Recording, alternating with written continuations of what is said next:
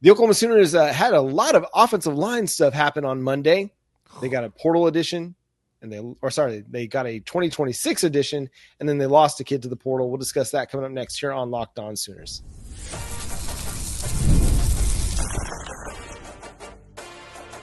You are Locked On Sooners, your daily podcast on the Oklahoma Sooners. Part of the Locked On Podcast Network, your team every day.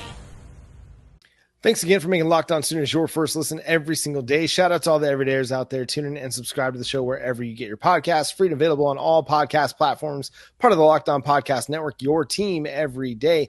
Jay, the Oklahoma Sooners had some more offensive line news on Monday as Eugene Brooks, the former 4-star prospect, top 100 prospect in the 2024 recruiting class, entered the transfer portal. Yeah, that kind of hurt. I was really excited about Eugene Brooks, a.k.a. BJ Brooks, him with EPL and just the nastiness of that 5-man line we brought in, Daniel Akinkumi, Isaiah Autry-Dent, right? You had a line of dudes that you're like, they're going to be abusive. Josh Isosa, you add all 5 of them together, you're like, yeah, this is going to be nice. And then now we have to break up the band. You no longer have one of the 5 guys that's supposed to have been all starting on the line together. It's unfortunate, but it happens. That's the whole thing with the portal. He's from, California, if I'm correct, Sierra Canyon. So if that's the case, it's a possibility. He got homesick, wanted to go back home. Maybe a school out there, out west. I mean, have opportunity to play back closer to the crib. I can see it. Kids get homesick. I understand it. It's a new state, gets a little uncomfortable. So sometimes you want to go back. But yeah, it kind of saddens me that we did lose him. I was hoping that all 5 of those would start at least one game together. Yeah, portal's been rough on you, man. You lost JJ Hester and now Eugene Brooks, and just not going well for you. But no, it's going to be tough, man. With the roster crunch, tough decisions are having to be made on both sides of things, because you look at where guard is right now at Oklahoma, and Heath Ozida started a lot of the games at the end of the season and played well. He's an incumbent coming back. Same with Febechi Wiwu, started playing his best ball towards the end of the year as well. You got both those guys coming back. You love what you got in Eddie Pierre-Louis, so you're feeling really good about that. You bring in Darius Afalava, who is just a dude waiting to be unleashed on other defensive tackles. I think he's going to have a strong trajectory at Oklahoma. Not to say that he would have been enough to push Eugene Brooks out or BJ Brooks out, but the position was getting kind of crowded, and the path to playing time was going to be tough. If you've got Heath Ozida and Febechi Wiwu playing this year, and then you got EPL taking over the year after, what's happening at guard? Who knows? But you lose a kid that definitely is very, very talented. And sometimes just things aren't a fit. You get to a place, you think it's going to work out, you spend a year there, and it's not quite what you expected. I mean, we saw that with Derek LeBlanc, not even 6 months in, right? He was at Oklahoma for 6 months and decided that was not where he wanted to be, and that's just the way it is. And you know what? That's okay. It's better to cut bait at that time and understand like it's just not going to work out for all parties involved, and move on and move in different directions. And he's going to have opportunities because he's a good player, and he's going to have a chance to make an impact at the Power 4 level. The other guy that they brought, or that they added to the 2026 recruiting class, is Will Conroy, a 3-star offensive lineman, interior offensive line prospect out of Cleveland, Ohio.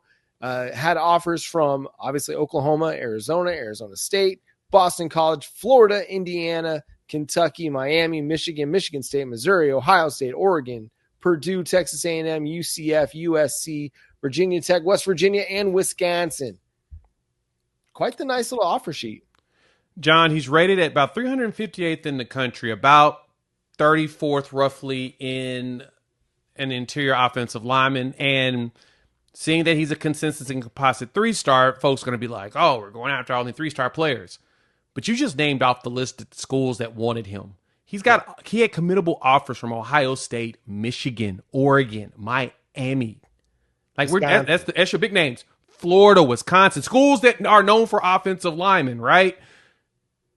Penn State, USC, a lot of schools, Kentucky, Michigan State. So you had SEC schools. You also have Big Ten schools who are known for having offensive linemen after this kid. Mm-hmm. That's not a bad thing. You want a player that other schools see and say, nah, we're going to offer him. Just in case. And I believe in his top 5, you had Ohio State and Michigan in there with Oklahoma. And I'm kind of surprised that he went ahead and committed now. It's a lot earlier than I would have anticipated, but he is the class of 2026. So you add him with Jaden O'Neal and Ryder Mix, you're starting to build out that 26 class. And Jaden O'Neal was pretty excited. He tweeted out immediately, let's go. He's pretty stoked. So that looks like they are going to grow that class into a nice one, similar to 25. Yeah, it's a good addition. And again, 20 Power 4 offers, 14 of those 20 coming from the SEC and the Big Ten. I think that tells you enough about how schools see this kid. I think he's a raw prospect in a sense that you got to put weight on him. He's listed only as like 275 pounds. He's 6'3". So he is definitely an interior offensive line prospect, but you got to put some weight on him. So he's got, his senior year of high school to do a little bit more of that. But then, once he gets on campus with the strength and conditioning staff and the nutrition group, that's when he'll really have to start putting on that better functional weight. Because to play guard inside the SEC, you're going to have to be 320, 315, 320, maybe 330. So he's got a lot of work to do on that front. But technically speaking, he looks really solid. A guy that mirrors really, really well. He does a really good job sealing in the run game. He drives his legs. He continues to move his feet even after engaging with the defender. It's just constantly working. I like his pass pro. He shows good awareness in pass pro, always looking for somebody to block. Even if there's not somebody right there, he's got his head on a swivel, looking for somebody to block. And so that's the kind of stuff that you see like, okay, he may not have the size that you want just yet, but he's got the technical stuff. He's got the understanding of the game that you can build with. Yeah, you can add pounds to somebody. You can add mass to them, good mass. Like you don't want them to just be fat. You want them to go up there and have some muscle and have a nice physique to it. But you're exactly right, John. You can add that stuff to him in time. It's going to take some time to get there, but he's only a junior in high school. He's about to go through into a senior year. So the good thing is now the season's over and he has committed. They'll shoot him some information and say, hey, this is what you need to do for your training regimen to get yourself ready to come to Oklahoma. This is the things that we'll expect. Here's a plan. If you can get on it, boom, get to going. And so he'll probably eat differently. You'll see him change the way he does things. And then the next thing you know, he's going to show up. He's going to be like 300 pounds. You'll be like, whoa, where'd this come from? Well, it's a year and a half. Year and a half of putting in work, a year and a half of eating, year and a half doing everything he needs to do. Boom. He'll get there. So I'm not concerned about his size right now.